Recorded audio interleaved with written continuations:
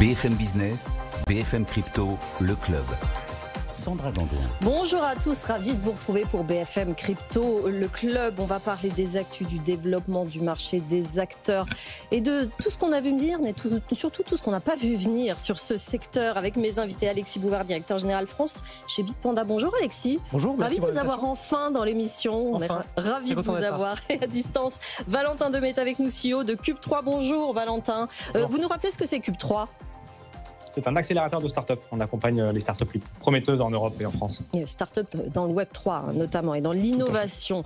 Vous êtes avec nous à distance. Vous savez évidemment que vous pouvez nous poser toutes vos questions sur notre adresse crypto@bfmbusiness.fr. On y répond tous les jeudis dans cette émission pendant une demi-heure. BFM Crypto, le club, c'est parti. Soyez les bienvenus.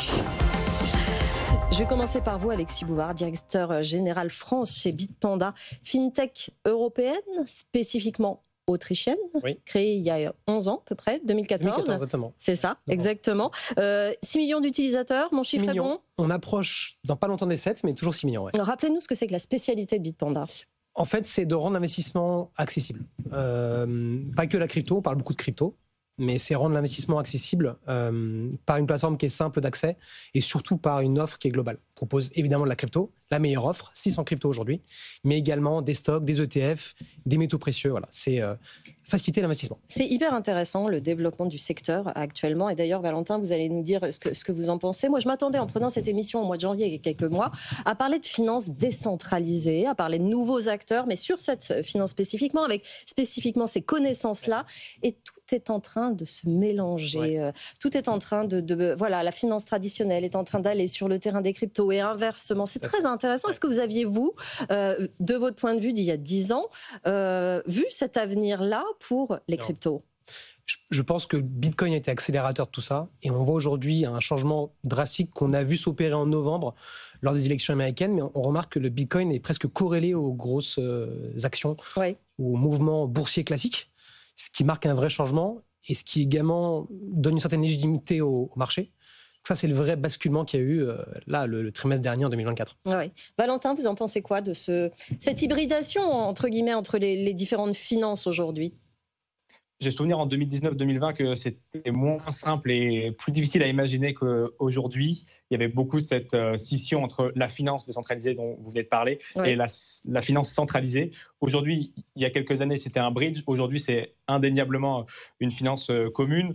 En fait, c'est assez logique puisque les produits de la finance décentralisée sont assez novateurs, apportent des rendements intéressants, plus d'efficience et de transparence et surtout quelque chose qui est extrêmement précieux pour cette classe d'actifs-là, qui est la tokenisation, c'est-à-dire la représentation sur blockchain d'actifs de la vie réelle pour le rendre plus efficient, créer des marchés nouveaux, là où il fallait absolument être chez Euronext ou ailleurs, n'importe quelle entreprise peut aller chercher cette liquidité. On va revoir parce que la connexion est un petit peu fragile, Valentin. On va peut-être vous rappeler. C'est vrai que ça, c'est intéressant. Aujourd'hui, ce qui se développe, Alexis, c'est des produits pour le moment, des possibilités pour les investisseurs, des nouvelles formules. Est-ce que la blockchain, d'un point de vue technique, va à un moment remplacer le système technique qui supporte les banques et les institutions financières ? Est-ce que ça peut aller jusque-là ? Ça peut, on voit déjà l'intérêt des banques. Les banques s'intéressent à la blockchain et à la crypto-monnaie. Ça a l'avantage d'être sécurisé, d'être traçable, ce qu'on n'a pas toujours en finance, on va dire, traditionnelle. Donc je pense que ça va mettre un peu de temps. Oui, c'est ça, parce que techniquement, c'est pas facile à faire. C'est pas facile, faut tout remplacer. Que ce soit disponible au grand public, ça risque de prendre du temps, mais en tout cas, les signes sont annonciateurs pour se diriger par là. En tout cas. On revient à Bitpanda. Vous aviez le statut PSAN, ça vous l'avez. Oui. On en est où de Mika ? Alors Mika, on est assez fiers de dire qu'on est le seul opérateur du marché qui a 3 agréments Mika. Un premier à Malte, un premier en Allemagne avec la BaFin. Et là, récemment, on a annoncé l'Autriche, qui est notre terre évidemment principale. Le siège est là-bas, oui. Le siège est à Vienne, donc 3 agréments Mika aujourd'hui. Est-ce que la France, ça avance ? On sait qu'il faut fournir beaucoup de documents. Ça prend beaucoup de temps. Vous en êtes où ? Est-ce que c'est même faisable ou est-ce que c'est un peu compliqué par rapport à ces autres pays européens ? C'est en discussion. Aujourd'hui, on peut rien annoncer, mais c'est quelque chose qui évidemment est envisagé. Ouais. Il a quel profil, votre utilisateur Bitpanda ? Alors, il a beaucoup changé. Ouais. Au départ, les premières années, il était très jeune. majorité étudiants, crypto-fans. Et on a remarqué depuis cette année 2024 un vrai changement. Depuis septembre, une population plus généralisée, des gens plus âgés qui veulent connaître, qui ne connaissent pas très bien mais qui veulent s'initier et qui touchent à peu près à tout. Mais l'utilisateur principal, il va commencer par la crypto pour après diversifier. Et surtout en ce moment, on voit beaucoup de diversification.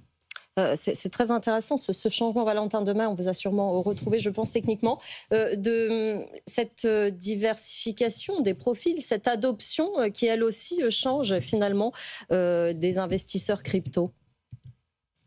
Oui, elle a très clairement évolué là aussi ces 2-3 dernières années. J'ai souvenir des tout premiers sondages qu'on délivrait avec l'ADAN et l'Ipsos, où c'était encore très timide et très réservé à des spécialistes ou en tout cas des très grands curieux. Aujourd'hui, c'est beaucoup plus accessible avec Bitpanda, avec d'autres plateformes d'échange et même de plus en plus en collaboration avec des banques ou des CGP. Donc ça a permis de faire grandir largement le spectre des premiers investisseurs. Il fallait, il y a encore 5-6 ans, s'inscrire sur des plateformes très particulière, oui. Encore pas très connue, très difficile d'accès. Et désormais, avec Bitpanda, on le voit, c'est très rapide. Et puis même, encore une fois, avec des banques. Donc ça a fait un peu exploser le nombre d'adoptions. Là encore, on est entre 11 et 12% des Français qui détiennent des actifs numériques. Moi, je prends le pari qu'avant la fin de l'année, il y a une grosse banque française qui permettra, du bout de son application à des Français d'acquérir des cryptos. Et là, on explosera ce plafond de l'adoption, c'est certain. C'est intéressant parce que Bitpanda, vous avez dit que vous faisiez certes de la crypto, mais pas seulement. Avant, il y avait soit l'un, les plateformes décentralisées, les exchanges, soit les banques qui n'en faisaient absolument pas. Valentin, est-ce qu'il va y avoir des acteurs qui vont disparaître, notamment des plateformes décentralisées, parce que justement, les autres acteurs, les banques notamment, s'y mettent massivement? Je ne suis pas sûr que des plateformes décentralisées pourraient être impactées. Sans doute des plateformes qui sont aujourd'hui spécialisées sur l'achat d'actifs numériques uniquement pourraient être un peu mis en danger. Mais je ne pense pas forcément par la concurrence, plutôt par la réglementation. Donc, si pour moi, il doit y avoir une partie du panorama actuel qui doit disparaître, ce sera plutôt malheureusement du côté de ces plateformes centralisées. Côté décentralisé, c'est extrêmement efficient. Ça permet justement d'avoir accès à des nouveaux services. Et je vois plutôt l'inverse. Je vois plutôt des plateformes centralisées se rapprocher d'acteurs décentralisés comme AAV, par exemple, ou Morph, qui est une société française, pour aller chercher des rendements supérieurs ou des nouveaux usages. Alexis, qu'est-ce que vous en pensez? Entièrement d'accord. Je pense que c'est exactement ce qui va se passer. On remarque aujourd'hui que en fait, les deux mondes se rencontrent et que clairement aujourd'hui, si l'utilisateur veut demain être dans la crypto, il aura le choix. Il aura le choix le plus simple, passer par sa banque dans le futur. Je pense qu'on va y arriver, ce que disait Valentin. Quand ça va arriver, ça va vraiment développer le marché. Mais également toujours aller dans des wallets ou aller plus dans la niche. Mais en tout cas, dès que ce premier pas va être fait par les organismes classiques, je pense que le marché va se démultiplier et tout le monde pourra faire de la crypto à sa façon. Je sais pas, à 5 ans, vous avez actuellement 6 millions d'utilisateurs, c'est ça? Vous voyez à combien? Je pense qu'on pourrait doubler d'ici 5 ans, potentiellement. Ouais. Et je pense surtout aussi que, on le répète encore, si les banques peuvent en tout cas embrayer sur la crypto, nous, c'est une technologie qu'également on peut vendre à des institutionnels. Ouais. Et je pense qu'à partir du moment où ça sera accessible, ce qui n'est pas le cas aujourd'hui, je pense que pour le commun des Français, ce n'est pas encore accessible. Quand ça sera vraiment tangiblement, et la banque, c'est ce qui est plus tangible, je pense que le marché se développera pour nous, mais également pour les banques, pour tout le monde. Ça sera bénéfique. Valentin, vous en pensez quoi? Vous disiez tout à l'heure 11 à 12% de Français qui ont des cryptos. D'après les chiffres de l'ADAN, c'est plutôt 10 et c'est même un petit peu plutôt en baisse par rapport à l'année dernière. Qu'est-ce qui va donner ce rebond pour justement doubler les utilisateurs, par exemple, d'ici 5 ans? Alors, effectivement, là, cette année, les derniers sondages qu'on a dévoilés, c'était plutôt en stagnation par rapport à l'année dernière. Là, je pense que c'est notamment lié à la réglementation qui était extrêmement compliquée pour les acteurs français. Et donc, ça a créé une sorte de trouble qui se résout aujourd'hui. On est en passe d'avoir les premiers agréments MiCA. En tout cas, on les attend très, très pour les acteurs français.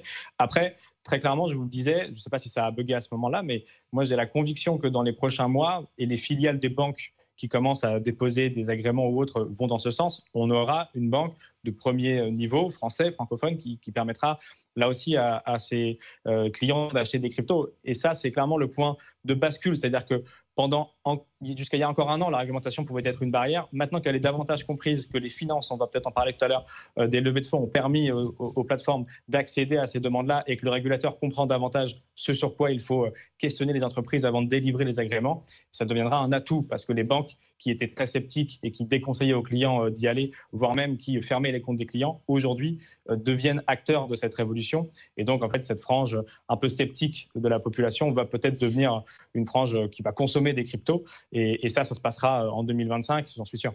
Et ce, malgré la position toujours assez statique, toujours assez fermée de la BCE?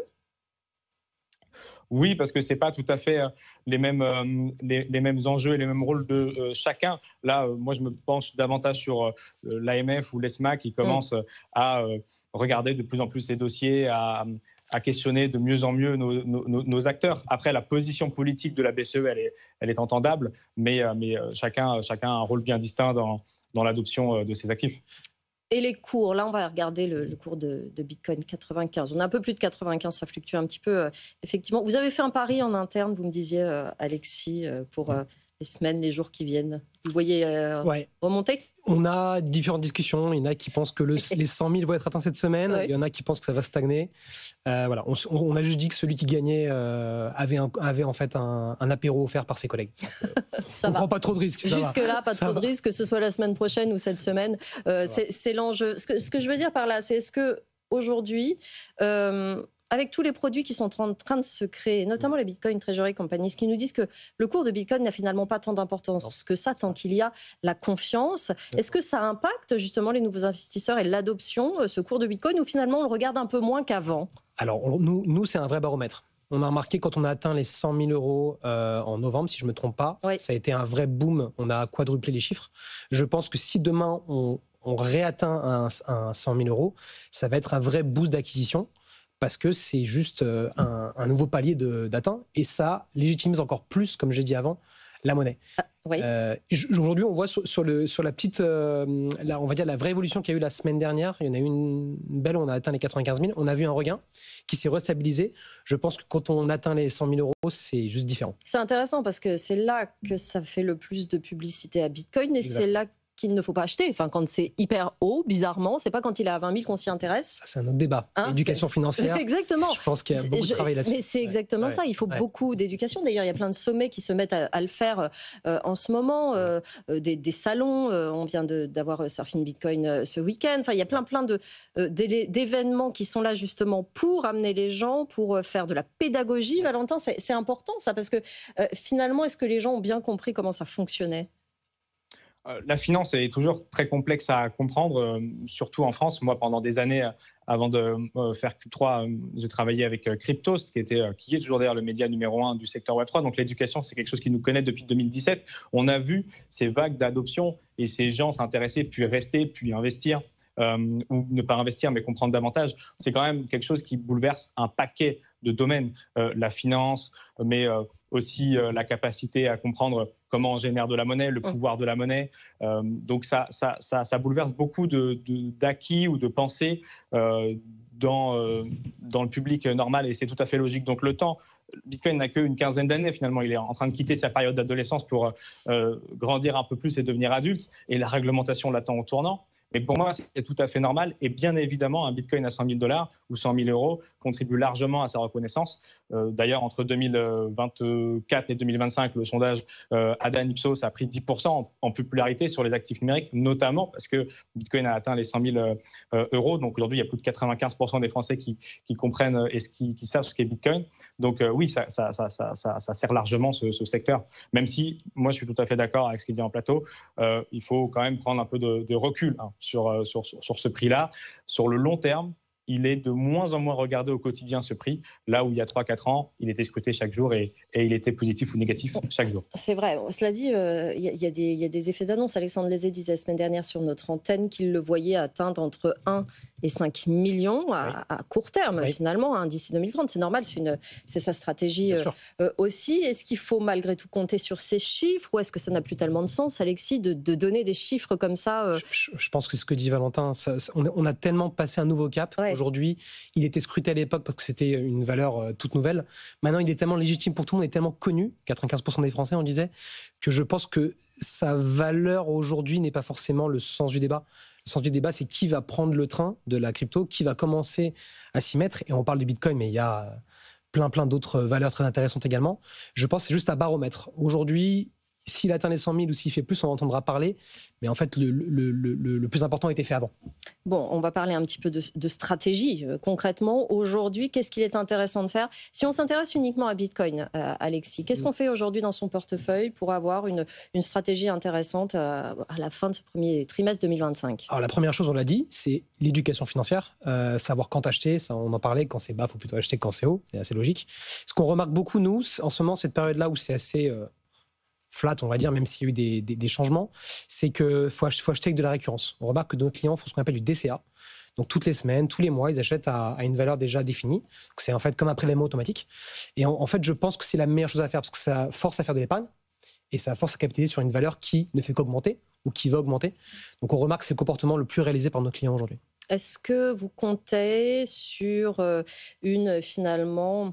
un renouvellement des cycles, enfin en tout cas, est-ce que les cycles vont se comporter comme les années précédentes? C'est-à-dire que normalement le bear market devrait arriver d'ici l'automne. Oui. Est-ce que vous comptez là-dessus ou est-ce que vous pensez que cette année c'est un petit peu différent? Je pense que c'est un peu différent. Ouais. Je pense que déjà l'arrivée du président Trump et les fluctuations économiques du moment changent tout. L'adoption de Bitcoin et la légitimité de la crypto fait que ça change également. Donc je ne sais pas, je ne suis pas du tout expert pour vous dire que le marché va changer ou pas, mais je pense que ça va, en tout cas, ça risque de continuer à évoluer. Je ne sais pas quand ça va s'arrêter, mais en tout cas, je pense que sur les 6 prochains mois, ça peut continuer ainsi. Valentin, la bonne stratégie, c'est quoi? Je vous vois acquiescer. Oui, je suis totalement d'accord avec la vision d'Alexis. Il faut absolument... acheter, si on veut s'y exposer petit bout par petit bout, jamais faire en une seule fois, au risque d'être frustré si ça baisse, mais en tout cas y aller si on veut y aller, au risque d'être frustré si ça monte sans nous. Après, le marché, pour moi, il a déjà largement changé aujourd'hui, que ça soit dans les données sur Cryptost où on ne voit pas énormément de nouveaux publics ou que ça soit justement dans la temporalité des personnes qui financent cet écosystème ou qui y vont, c'est davantage les institutionnels, c'est davantage même les États, ce qui est très nouveau depuis quelques mois avec les États-Unis qui drivent entre guillemets ce marché. Je regardais ce matin la détention d'actifs par BlackRock, la détention de Bitcoin, ça y est, c'est presque 3% de la supply, donc de l'ensemble des Bitcoins détenus, BlackRock sur les Bitcoins en circulation. Donc ça, c'était pas du tout le cas il y a 4-5 ans. Donc ça permet de stabiliser un peu plus le cours si on veut, parce que du coup, c'est pas les mêmes volumes. Il y a une capitalisation énorme aujourd'hui sur Bitcoin pour que pour que son prix unique soit autour de 90-95 000 $ aujourd'hui. Donc ces acteurs sont vraiment plus les mêmes. C'est plus le petit porteur qui fait ce marché pour le meilleur et pour le pire, parce que ça peut être critiqué par certains. Moi, je n'y vois pas d'inconvénient. Bitcoin n'est pas un token de gouvernance, c'est-à-dire qu'en avoir 1 ou 15 millions sur les 21, ça ne donne pas plus de droits de vote, ça donne juste un peu plus la capacité de faire bouger le marché, certes, mais là où d'autres tokens sont importants pour voter, ce n'est pas le cas de Bitcoin. Ce sont les mineurs et sa décentralisation qui font sa force. Donc le marché a déjà un peu changé. Et si on veut s'y exposer et pas rater le train, en avoir un petit peu en DCA, ça me paraît être la meilleure solution. Sur les autres cryptos, qu'est-ce qui est intéressant sur lesquels il faut se pencher, Alexis? Il y en aura plusieurs. Je pense que ce qu'on voit énormément de base clients, et ça, c'est pas moi, c'est les clients, c'est les stablecoins. Oui, on va y revenir, bien sûr. Il y a vraiment un boom des stablecoins. Pourquoi? Parce que ça nous permet de garantir, en tout cas de limiter un peu le risque. D'où son nom, stablecoin. Donc ça, c'est ce qu'on remarque le plus. Et après, on va remarquer que nos clients vraiment sont même sortis de la crypto pour aller sur des valeurs plutôt classiques. Les métaux précieux, on a remarqué que l'or, dernièrement, a eu également un regain. Donc c'est les grosses valeurs, stablecoin, et diversifier sur d'autres produits qui sont pas de blockchain ou crypto. C'est intéressant, Valentin, de regarder, on parlait de Donald Trump il y a un instant, de ce qu'il fait justement sur les stablecoins et ce qu'il fait sur les memcoins aussi. Le memcoin, d'ailleurs, il organise un dîner d'ici 3 semaines avec les 220 plus gros détenteurs de son memcoin à lui, le Trumpcoin. Est-ce qu'il fait du bien au secteur ou est-ce qu'il fait du mal, Valentin? En tout cas, il ne se fait pas que des amis au niveau des États-Unis, puisqu'il est un petit peu embêté par certains des sénateurs, notamment le sénateur de Géorgie qui souhaite le destituer, imaginant que c'est totalement inadmissible de lever de l'argent avec un token, en l'occurrence un meme coin. Donc c'est un token qui représente et qui n'a pour objectif que de le soutenir, si on veut faire très simple, et qui va effectivement, vous l'avez très bien dit Sandra, permettre de manger avec lui si vous êtes l'un des 200 plus gros détenteurs, c'est-à-dire vous avez mis le plus d'argent là-dedans. Donc il ne se fait pas que des alliés au niveau États-Unis. Après, d'un point de vue stratégie sur les actifs numériques, il est vraiment sur une stratégie très offensive, et en même temps, c'est très paradoxal, parce que d'un côté, il crée donc son meme coin qui n'a pas d'autre intérêt que de le soutenir et qui peut être très décrié, et de l'autre, il a une stratégie très concrète pour les États-Unis, même peut-être avec les stablecoins, puisqu'il est très offensif avec ces stablecoins qui représentent le dollar donc sur les blockchains, pour la simple raison que je pense qu'il le voit comme étant la meilleure manière, le cheval de Troie pour acheter de la dette américaine, puisque en fait la plupart des stablecoins sont ensuite c'est-à-dire que en fait, on s'assure que ça vaut bien $1 à tout moment parce qu'on achète de la dette à horizon 1, 5, 10 ans. Et c'est cette dette-là qui garantit le prix du dollar, que ça permettrait, si jamais ça devient très populaire, d'acheter énormément de dettes américaines. Et c'est totalement aujourd'hui le gros cheval de bataille de Donald Trump, d'essayer de réduire cette dette américaine au maximum. Donc c'est vraiment particulier. D'un côté, il fait beaucoup de mal avec son meme coin et c'est pas très utile. Et de l'autre, il participe à l'adoption avec un produit très structuré qui sont les stablecoins, qui sont à son avantage si jamais ça permet d'acheter de la dette américaine. Mais les deux sont particuliers à suivre, effectivement. Voilà, optimisation du secteur / conflit d'intérêts totalement, Alexis Bouvard. Il permet au marché de se développer, il a permis d'atteindre un nouveau niveau. Il n'y a pas de mauvaise pub, c'est ce que vous dites? Non, je veux dire qu'il y a deux avis, comme disait Valentin. Je pense que ce qu'il fait sur le plan économique, c'est très trivial. Mais je pense quand même, pas que dans les cryptos. Pas que dans les cryptos, on voit sur les droits de douane, etc. Mais je pense qu'en même temps, c'est peut-être la personne qui a amorcé le changement. On parlait de la réserve américaine auparavant. C'est lui qui l'a emmené à $100 000, on est d'accord. Donc je pense qu'il a un impact économique qui peut être, oui, dangereux, mais il a également un impact sur l'écosystème qui fait aujourd'hui ce qu'est le Bitcoin. Et pourquoi on doit parler de la crypto, c'est grâce à lui en principe. Oui, et on va voir ce que ça va donner, parce qu'à l'été prochain, la réglementation va se préciser. Peut-être que ça va, là aussi, vous amener des nouveaux utilisateurs. Peut-être. Valentin, vous vouliez revenir sur le financement des startups du Web3, qui est votre spécialité chez Cube3. Est-ce que 2025 va être un bon cru? 2025 démarre en tout cas très bien, et dans la continuité de 2024, on avait eu vraiment cette inquiétude vis-à-vis des levées de fonds en 2023 où ça avait pas mal baissé, comme tous les secteurs de la tech en vérité, avec les difficultés économiques. C'est largement reparti en hausse de près de 30% en 2024. Et là, les premières annonces, ou en tout cas les premiers intérêts, que ça soit des business angels, donc les toutes premières phases de financement des projets crypto, des startups, ou même un peu plus loin dans des phases plus anciennes, est plutôt un bon signal. Sur 2024, il y a quand même eu 10 milliards de dollars qui ont été levés sur les actifs numériques, sur les startups Web3 partout dans le monde. Si on découpe un petit peu, il y en a 2 milliards en Europe et il y en a 4 milliards aux États-Unis. En Asie, c'est pareil, c'est autour de 2 milliards.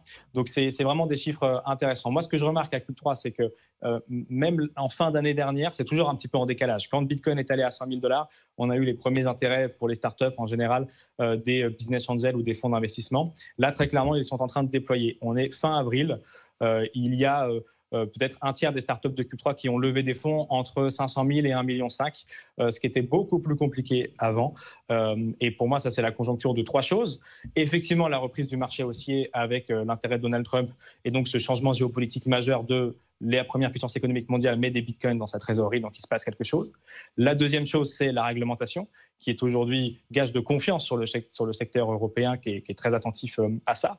Et la troisième chose, c'est la maturité du secteur Web3. On est en train très clairement de quitter la spéculation pure et dure de ce qu'a pu être le secteur ces 4 dernières années, pour des secteurs qui sont extrêmement financés. La finance décentralisée est très intéressante pour les fonds d'investissement. La tokenisation d'actifs réels, donc les real world assets, tout ce dont on parlait tout à l'heure, est extrêmement scrutée. Et les infrastructures, que ce soit pour l'identité numérique ou que ce soit pour du paiement ou même des blockchains, ce qu'on appelle des layers, c'est extrêmement financé. Et ça va de pair avec l'annonce finalement de BPI France, qui va injecter 300 millions d'ici 4 ans sur le secteur Web3, ce qui est assez énorme. Oui, BPI France, première banque publique au monde à investir dans l'écosystème. Ça, c'est un signe fort, Alexis ? Ça, pour moi, c'est encore une fois, il y a deux gros éléments qui changent le marché. C'est quand les institutions bancaires s'y mettent, on voit, c'est le cas, on en a parlé, et les États. Ouais. BPI, c'est la banque, c'est une banque de l'État, c'est quand même un organisme étatique. Et je pense que cette annonce-là, accouplée avec celle des banques qui veut proposer en retail à ses clients, je pense que c'est vraiment un signe qui montre que le marché a passé à un nouveau stade. Comme le disait Valentin, c'est plus d'adolescence là. On rentre dans le monde du travail. Ouais. C'est vraiment... Les choses sérieuses commencent. L'argent arrive. Oui, aussi. Et je pense que c'est très bon signe. Maintenant, il faut que ce soit progressif et que ce ne soit pas un effet extrêmement rapide et on va dire soudain. Mais je pense qu'en tout cas, c'est des très très bons signaux.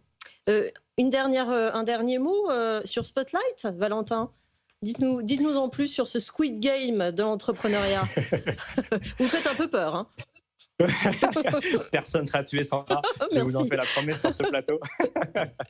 Effectivement, dans Spotlight, c'est justement pour essayer de continuer de garder les startups en France, en Europe, parce qu'il y a beaucoup de talent. Il faut qu'elles restent en France. On organise avec Cube3 ce challenge le 14 mai prochain. Il reste 48 heures pour les startups qui souhaitent postuler. Le concept est assez simple. On fait la plus grosse cérémonie de sélection des startups tech et Web3 en France et en Europe. On va challenger au-delà du projet l'entrepreneur à travers 5 séquences, sa capacité à convaincre, à prendre des bonnes décisions sous pression, sa culture générale.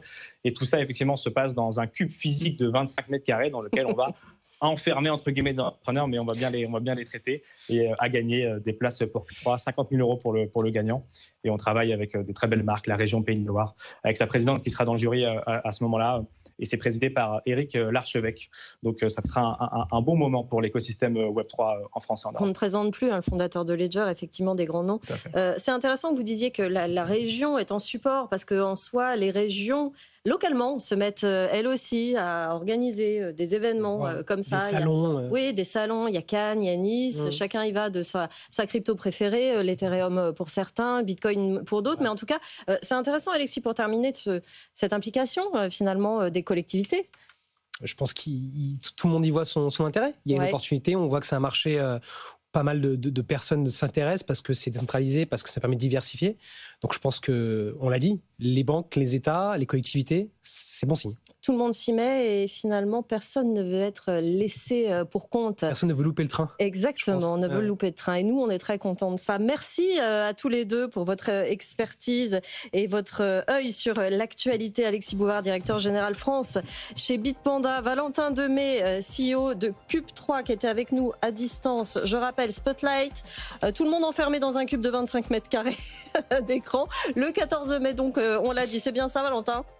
Tout à fait, merci Sandra. Merci à tous les deux d'être venus sur ce plateau. Vous revenez quand vous voulez dans BFM Crypto, le club. Vous continuez à nous suivre sur cette chaîne BFM Business, sur les réseaux sociaux également, émission à retrouver en podcast et en replay, et très fréquemment partagée. Vous continuez à nous écrire crypto@bfmbusiness.fr. On répond à vos questions le jeudi. Je vous laisse entre les mains de BFM Bourse. Très bonne journée sur BFM Business.